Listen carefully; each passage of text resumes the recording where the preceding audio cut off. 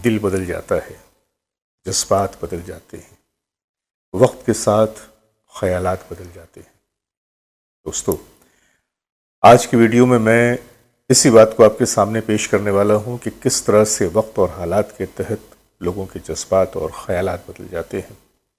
आज मैं जिक्र करूंगा अपने देश की दिग्गज गायिका आशा भोसले जी का, जिन्होंने रफ़ी साहब के साथ 900 से भी ज़्यादा डुएट गीत गाए।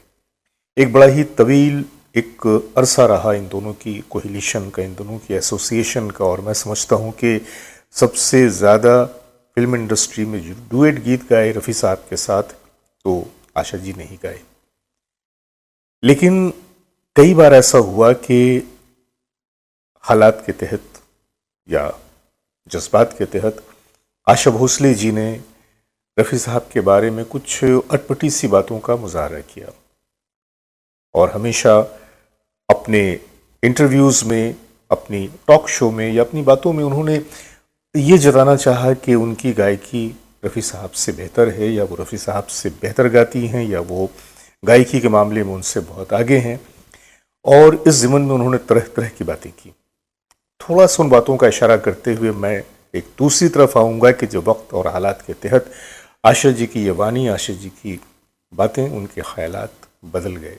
तो बने रहिए हमारे साथ और देखते रहिए अपना ये मनपसंद चैनल, और अपनी इसी तरह से हमें मोहब्बत देते रहिए। चलते हैं आज के वीडियो की तरफ।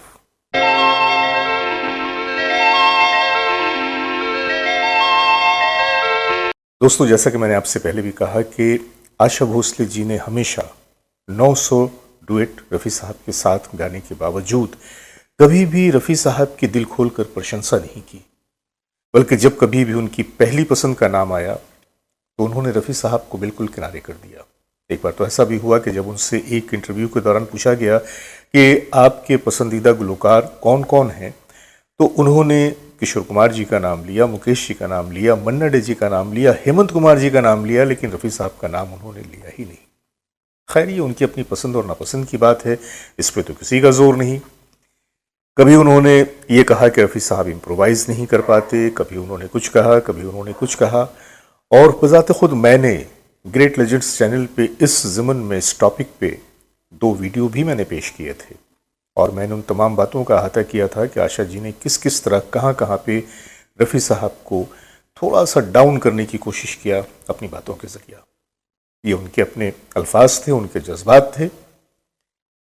लेकिन अचानक मेरे सामने अभी कुछ अर्सा पहले एक वीडियो आया, आशा भोसले जी उसमें नज़र आई, और मैं हैरान रह गया कि आशा भोसले जी गुज़रते वक्त के साथ किस तरह से अपने जज्बात पे उन्होंने काबू पाना सीख लिया, और किस तरह से वो जब रफ़ी साहब का जिक्र कर रही हैं तो कितनी मोहब्बत के साथ कर रही हैं, कितने खुले अल्फाज में कर रही हैं, कितनी श्रद्धा के साथ कर रही हैं।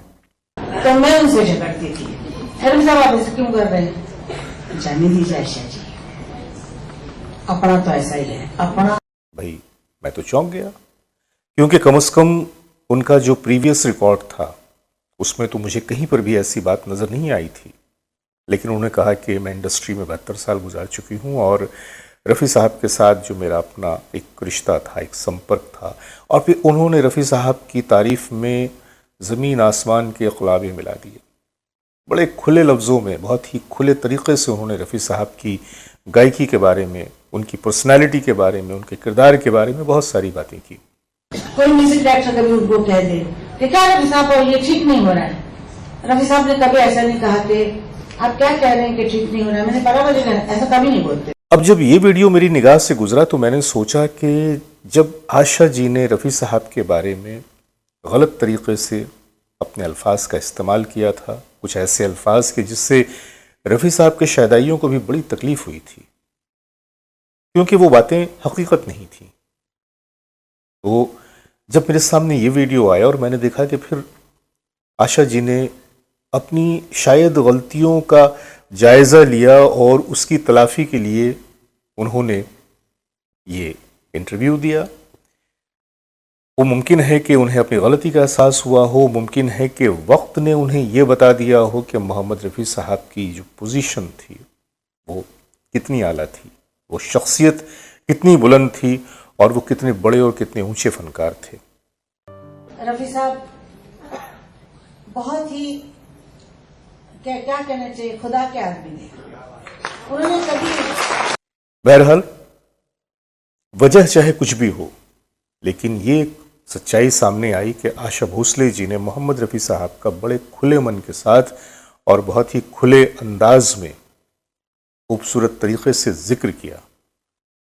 मैंने ये सोचा कि जब मैंने उनकी उन बातों की तरफ इशारा किया था, जब उन्होंने रफ़ी साहब के बारे में कुछ ऐसी वैसी बातें की थी, तो अब जबकि उन्होंने उस गलती का अजाला किया, अपने अल्फाज को बदल लिया, उनके जज्बात बदल गए, उनके ख्यालात बदल गए, तो अब ये मेरा फ़र्ज़ है कि मैं इस बात को लेकर भी रफ़ी साहब के शहदाइयों के सामने आऊँ। अगर मैं ऐसा नहीं करूँगा तो ये मेरी कमज़रफ़ी होगी और आशा भोसले जी के साथ एक बहुत बड़ी नाइंसाफ़ी होगी, जो मैं नहीं करना चाहता। इसलिए आज आपके सामने मैं उस वीडियो के टुकड़े पेश कर रहा हूँ कि जब आशा जी ने रफ़ी साहब के बारे में एक इंटरव्यू के दौरान क्या कुछ कहा। तू करके नहीं बुलाया, किसी को कभी खराब शब्द नहीं कहा, अंदर आते ही। तो दोस्तों, ये था आज का वीडियो कि जब आपने देखा कि वही आशा जी जिन्होंने पिछले दिनों में रफ़ी साहब के बारे में कुछ बड़ी अजीब अजीब सी बातें की थी, फिर वही आशा भोसले जी रफ़ी साहब के बारे में कितने खूबसूरत अंदाज में अपनी बातों को पेश कर रही हैं। शायद ये वक्त है, और रफ़ी साहब ने गाया था ना कि वक्त से दिन और रात, वक्त से कल और आज, वक्त की हर शय गुलाम, वक्त का हर शय पे राज। तो शायद वक्त ही सबसे बड़ा बलवान है, वक्त से बड़ा कोई नहीं, और यह वक्त ही है जो किसी भी पहाड़ को सरनिगू कर सकता है या किसी भी ज़र्रे को पहाड़ बना सकता है। तो बस आज के लिए इतना ही। अपने दोस्त जावेद नसीम को इजाज़त दीजिए, बहुत सारी मोहब्बतों के साथ। नमस्कार।